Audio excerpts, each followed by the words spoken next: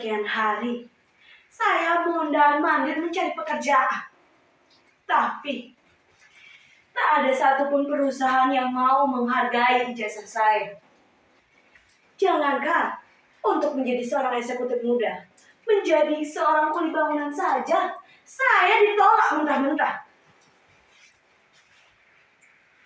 Anak muda, tampangmu tidak cocok menjadi seorang kuli. Kau akan merepotkan dirimu saja. Tapi, ketika lamaranku masukkan ke sebuah perusahaan, mereka justru berkata sebaliknya. Anak muda, sebaiknya kau menjadi seorang kuli bangunan saja. Sebab tampangmu tak lulus akreditasi. Siap! Mereka semua justru mengolok-olok saya. Lantas, saya harus bagaimana? Saya harus jadi apa? Apa harus jadi germo? Rasanya, jawabannya akan sama saja dengan mereka. Anak muda, tampangmu itu masih baby face. Mana ada perawan yang tertarik dengan kamu? Loh, buat apa saya sekolah tinggi-tinggi sampai gelar sarjana hukum ini menempel di belakang nama aku kalau ujung-ujungnya harus jadi germo? Kalau tahu dari dulu, saya tidak perlu jauh-jauh sekolah meninggalkan kampung halaman saya. Lebih baik saya mengerjakan sawah milik Pak E dan Bu E saja. Sekarang, sawah dan ladang telah habis dijual untuk biaya sekolahku. Nasib. Nama saya Marjuki Kusdianto dengan sedikit penekanan di O yang membuktikan bahwa saya berdarah Jawa.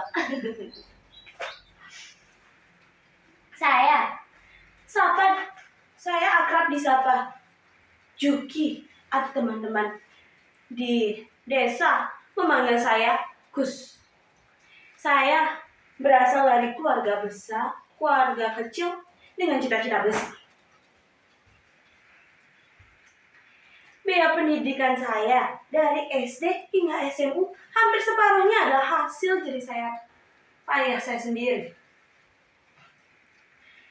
Pagi hingga siang saya sekolah. Sorenya, sehabis makan dan sholat, saya bekerja di gudang pengepakan sayur-sayuran. Itu semua saya lakukan karena ingin maju, melebihi kedua orang tua saya. Saya ingin membanggakan mereka. Ingin membahagiakan mereka seperti orang-orang lain. Memberikan mereka rumah. Membiarkan mereka istirahat dengan nyaman. Dan menaikkan mereka haji. Amin. Setelah lulus bangku SMU, saya sadar. Ternyata saya hanyalah orang miskin yang tak pantas sekolah terlalu tinggi.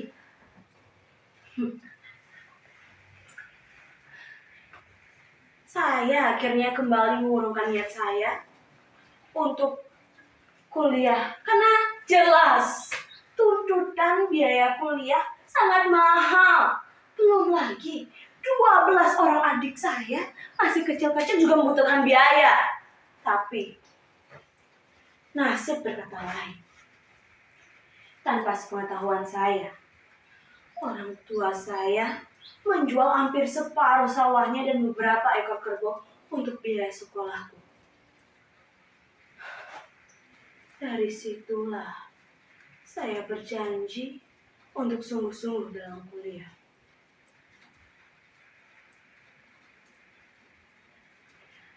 Saya dikuliahkan di Fakultas Hukum ternama di Universitas BBB, alias bukan bintang biasa.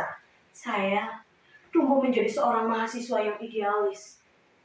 Setiap ada kebijakan yang dirasa bertentangan dengan hati nurani mahasiswa, mungkin Saya adalah pelopor yang menentang keputusan fakultas atau rektorat.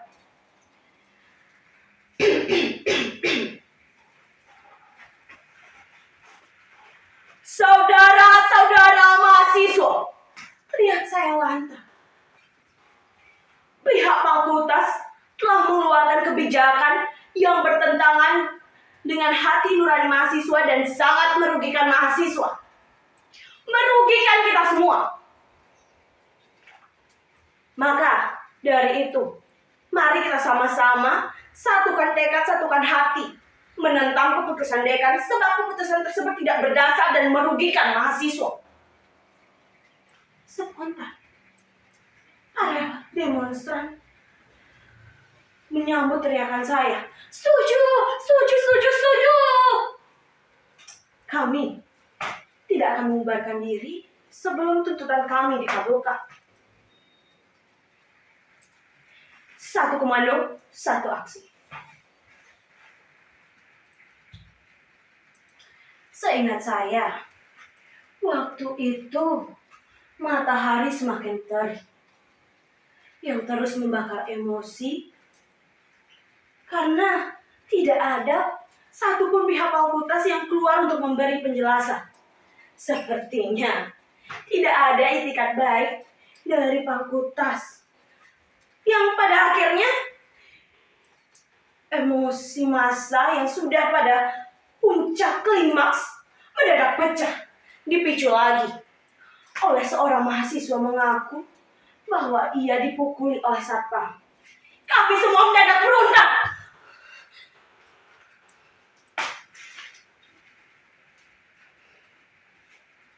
Dengan massa mencapai 500-an orang, kami menembus gedung. Aparat yang menghadang kami ajak, kami pukuli. Barang-barang administrasi kami rusak, kami hancurkan. Semua porak-poranda. Ruangan sudah tak terkondisikan. Semua Pak Ibu. Beruntung ketika itu salah satu pimpinan pihak fakultas dibarengi oleh beberapa dosen akhirnya keluar dengan ketakutan. Ya, terlihat jelas dari raut wajah mereka yang sudah merasa terancam. Pelan-pelan, dengan nada sedikit gemetar,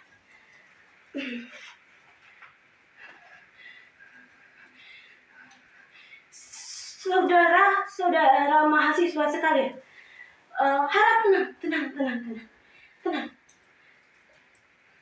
Kami berjanji akan meninjau lebih lanjut lagi keputusan yang telah kami keluarkan.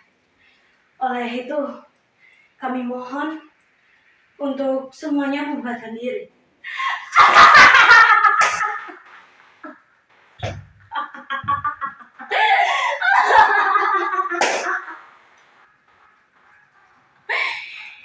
Tertawa saya dalam hati saat melihat jelas keringat dingin para dosen sebesar biji jagung.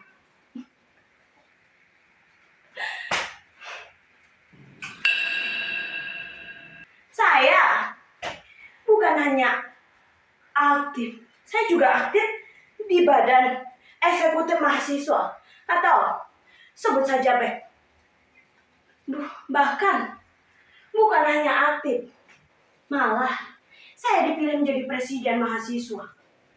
Setiap kali saya berdiri di depan mimbar, tidak ada seorang pun yang sempat berbicara. Semua mata tertuju pada saya. Orang-orang bilang, saya seperti manca mimbar Soekarno. Mata saya nanah. Emosi saya bak lahar panas yang meletus-letus. Tubuh saya tegak, layaknya Jenderal Bintang 5. Suara saya memecah ruangan. semangat saya berkobar berapi-api.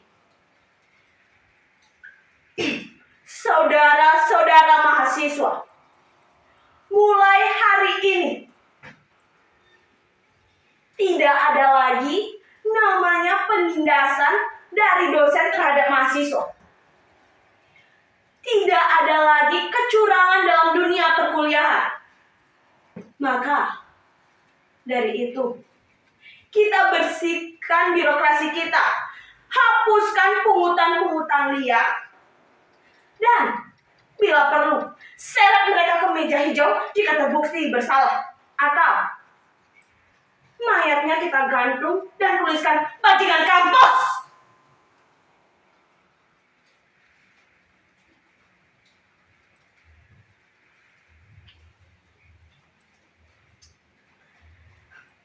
Tidak ada lagi biaya SPP tiap tahun naik.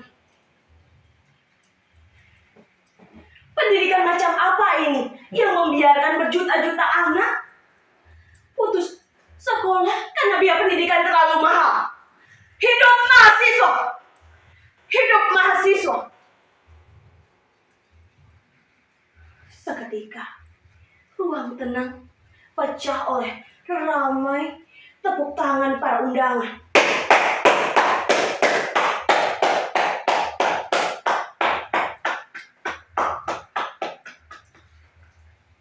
Maka, lama-kelamaan, nama saya mulai dikenal di kalangan pejabat teras universitas. Tak banyak pejabat yang suka dengan moncong besar saya. Tapi, tidak sedikit juga pejabat dan para dosen menguji keidealisan seorang mahasiswa seperti saya. Akhirnya, saya tidak mengecewakan keluarga saya di kampung. Tanpa berlama-lama, tepat genap 6 tahun, akhirnya dengan terpaksa saya diluluskan dengan IPK. Ya, standar lah. Nama saya begitu dipuja dan disebut di setiap sudut desa setelah meraih gelar sarjana. Gelar sarjana hukum, impian saya, dan juga mimpi orang tua saya. Anak Pak Midun udah sukses. Wih, si Juki udah jadi orang kaya. Hidup Juki. Begitulah teriakan orang-orang kampung di setiap sudut desa. Tapi itu hanyalah kisah masa lalu tentang masa kejayaan. Kita akan mungkin kembali. Sekarang saya hanyalah seorang pengangguran sial. Rasanya cita-cita aku dulu hanya kubawa pada saat itu.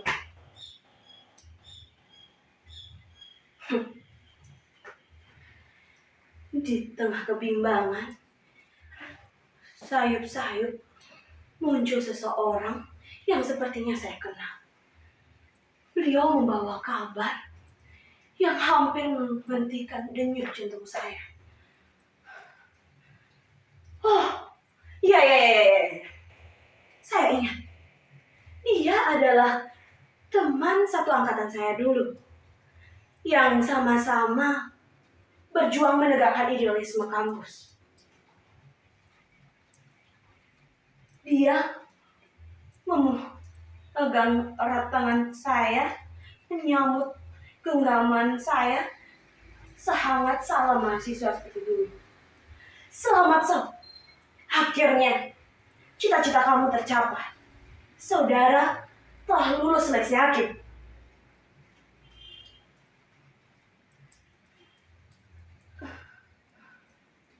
Setengah percaya, setengah tidak. Saya hanya tidak bisa berkata banyak pada saat itu. Saya saya jadi hakim. Saya jadi hakim.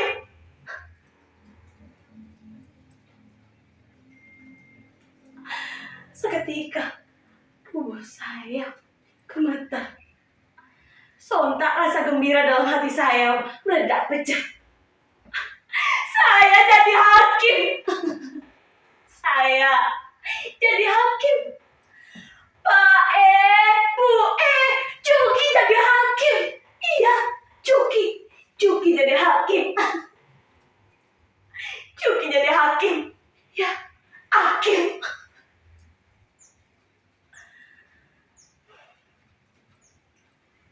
Belum cukup 5 tahun, saya telah menjadi seorang hakim yang terkenal. Dengan idealisme sama seperti waktu saya mahasiswa dulu. Setiap kasus-kasus saya putuskan dengan keadilan yang berdasarkan ketuhanan yang Maha Esa. Hingga pada suatu malam yang bagi saya terlalu kelam untuk dijadikan malam. Ada seseorang yang menelpon saya yang tak saya kenali. Dia meminta saya untuk memenangkan persidangan lusa mendatang. Jelas, waktu itu saya semprot habis-habisan. Setan kamu! Kamu pikir saya siapa? Seenaknya kamu mau menyuap saya. Jangan samakan saya dengan hakim-hakim lain. Saya tidak akan tergoda dengan uangmu. Saya hanya memutuskan sesuatu berdasarkan bukti dan hati nurani, bukan berdasarkan uang. Dasar iblis kamu.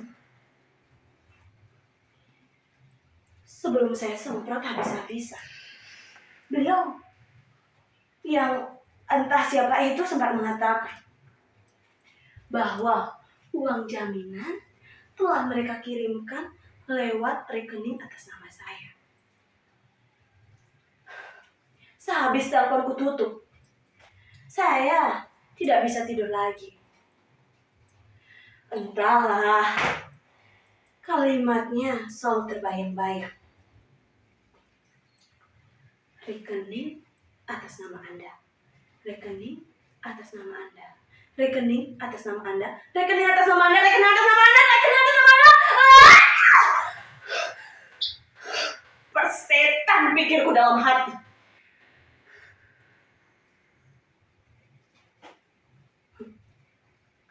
Saya sudah berusaha melupakan apa yang terjadi barusan.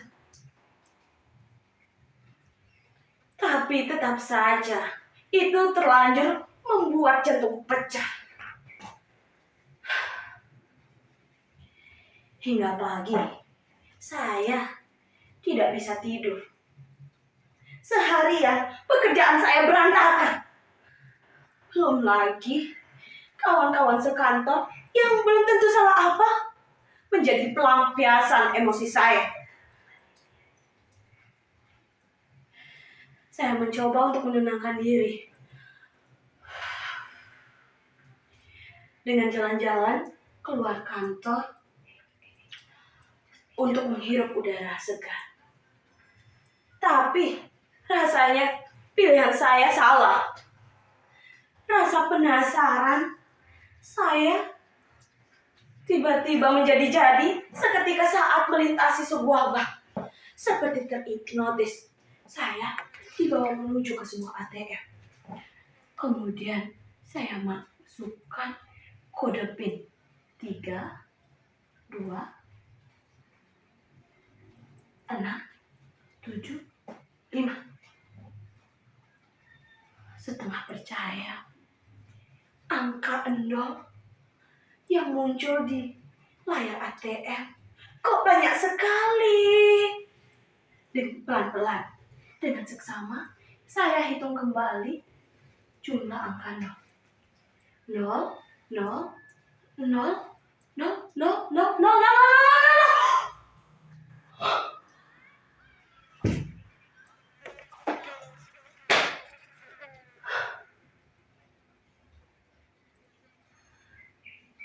Saya langsung terduduk, tak bisa banyak bicara.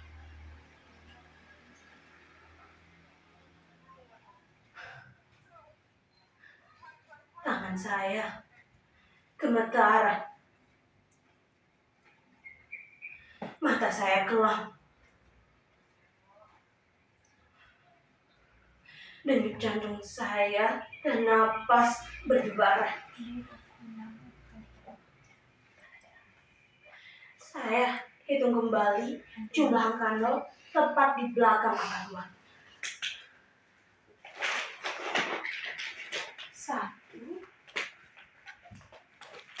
1, 2, 3, 4, 5, 6, 7, 8, 9. 2 miliar.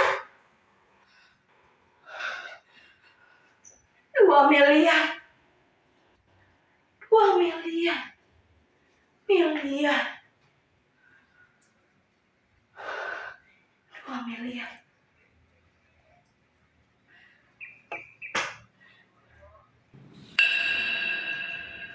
Dengan cepat, saya pulang ke rumah tak tentu. Saya langsung duduk di meja kerja saya.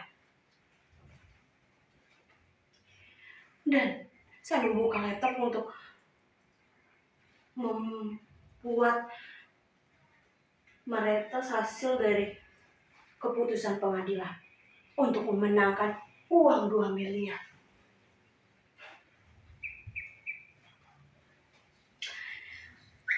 Keadilan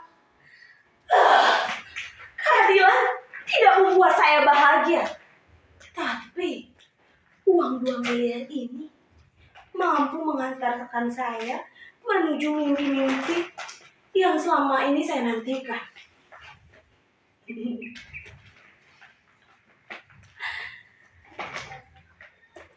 Idealisme yang dulu saya bangga-banggakan waktu menjadi mahasiswa telah kugadaikan. Keadilan sudah kugadaikan beberapa kali untuk uang.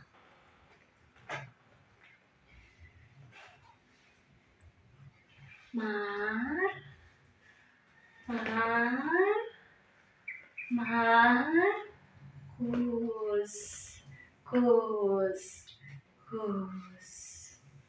Begitulah segelimang harta yang tersenyum memanggil-manggil nama saya. Markus.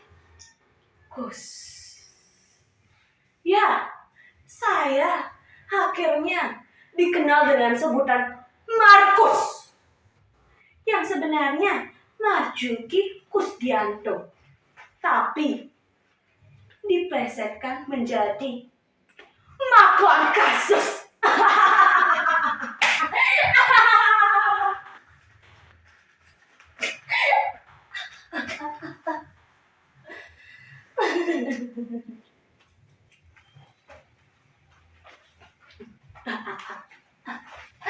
Maklar kasus.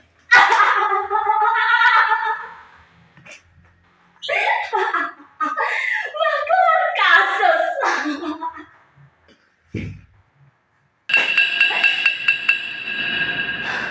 Iya. Dasar penjaga sipil penjara goblok.